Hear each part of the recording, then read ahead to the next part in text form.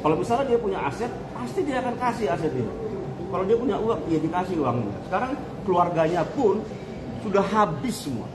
Habis. Nggak terima dituntut 12 tahun penjara atas kasus penganiayaan David Ozora sama jaksa, Mario Dandi ini ngajuin nota pembelaan. Nah, kira-kira isi nota pembelaannya apa aja ya? Jadi gini cerita gue dari lapangan.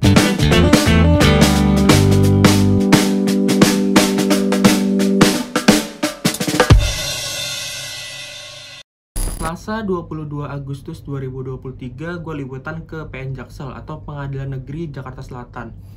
Nah, PN Jaksel ini ngadain sidang pembacaan nota pembelaan Mario Dandi atas tuntutan jaksa penuntut umum. Nah, jaksa ini sebelumnya nuntut Mario Dandi atas penganiayaan David Ozora selama 12 tahun penjara. Halo sahabat Kompas.com, saat ini gue lagi ada di gedung Pengadilan Negeri Jakarta Selatan. Saat ini PN Jaksel bakal gelar sidang pledoi Mario Dandi atas tuntutan dari jaksa penuntut umum. So, kita lihat pledoinya Mario Dandi seperti apa, guys. Gue datang ke Pengadilan Negeri Jakarta Selatan itu sekitar jam 10 pagi. Karena memang sidangnya itu harusnya dimulai jam 10 pagi. Tapi pas gue datang ke ruang sidang utama, gue tidak menemukan pengacaranya maupun dengan jaksanya ataupun dengan Mario Dandinya gitu. Nah, akhirnya gue nunggu di ruang sidang itu selama sejaman dan baru jam 11 siang sidang itu dimulai. Nah, pas Mario Dandi ini masuk ke ruang sidang yang biasanya dia patanang petenteng, murah senyum ke orang-orang lain gitu.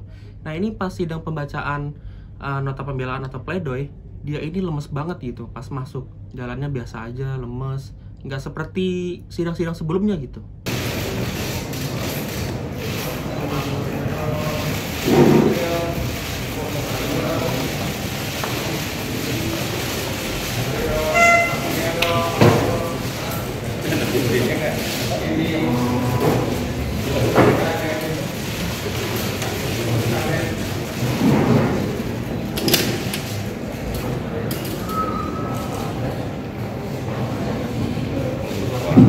Pembelaan Mario ini dimulai dengan dia minta maaf kepada David Ozora yang merupakan korban penganiayaan yang dilakukan oleh dirinya atau Mario Dandi.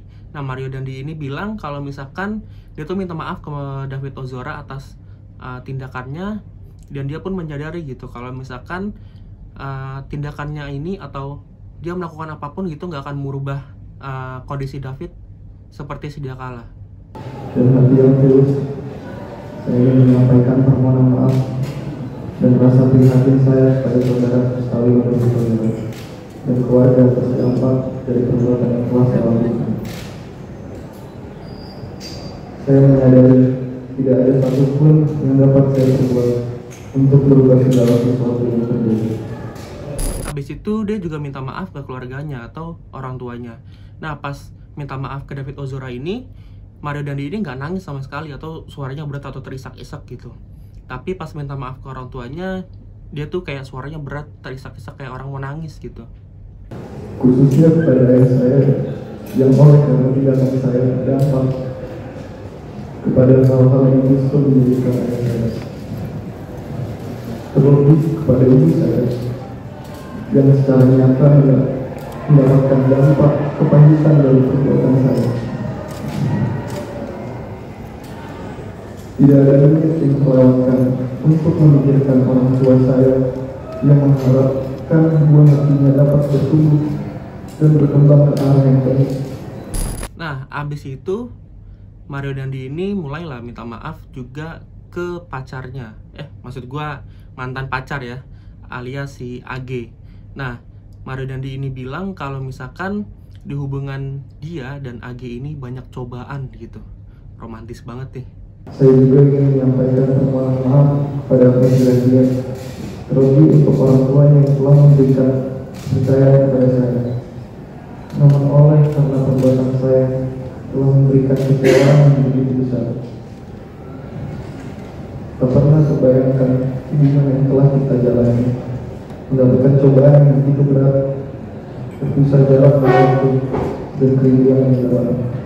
Nah, sesi minta maaf udah kelar, giliran sesi pembelaan nih. Nah, pas itu dia bilang kalau misalkan dia itu kecewa sama jaksa penuntut umum karena menuntut dirinya dengan 12 tahun penjara dan juga biaya restitusi sebesar 120 miliar kepada David Ozora. Mario bilang kalau pidana itu harusnya dijatuhkan agar orang itu bisa berubah, bukan merusak seluruh masa hidupnya. Majelis Hakim yang mulia, pada kesempatan ini saya juga ingin menyampaikan rasa kecewa atas tuntutan jaksa penuntut umum yang menuntut dengan pidana maksimal tanpa sedikit pun mempertimbangkan alasan-alasan yang meringankan.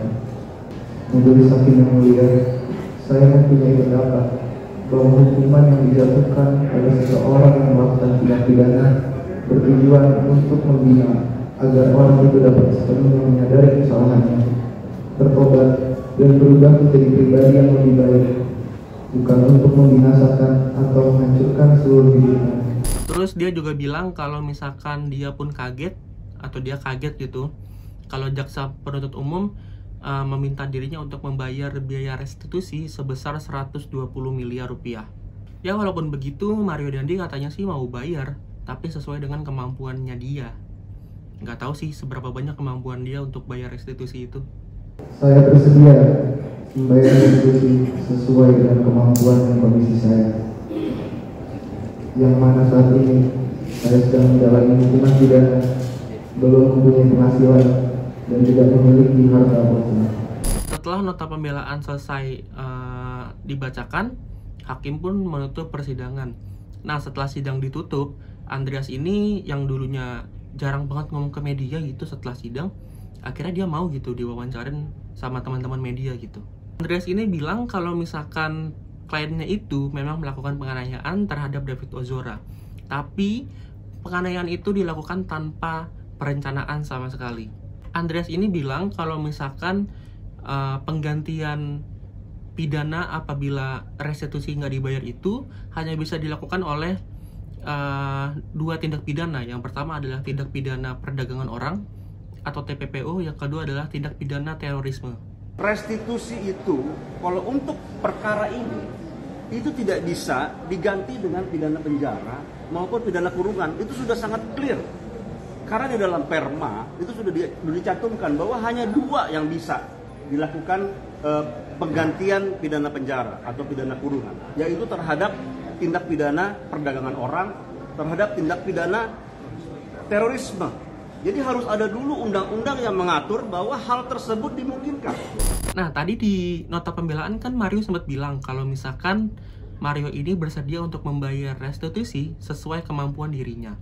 Nah, Andreas ini pas diwawancara memberikan penjelasannya nih, bahwa Andreas ini bilang kalau Mario tuh sebenarnya mau gitu bayar biaya restitusi, tapi yang jadi masalah adalah, kata Andreas ini, Mario ini nggak punya aset sama sekali.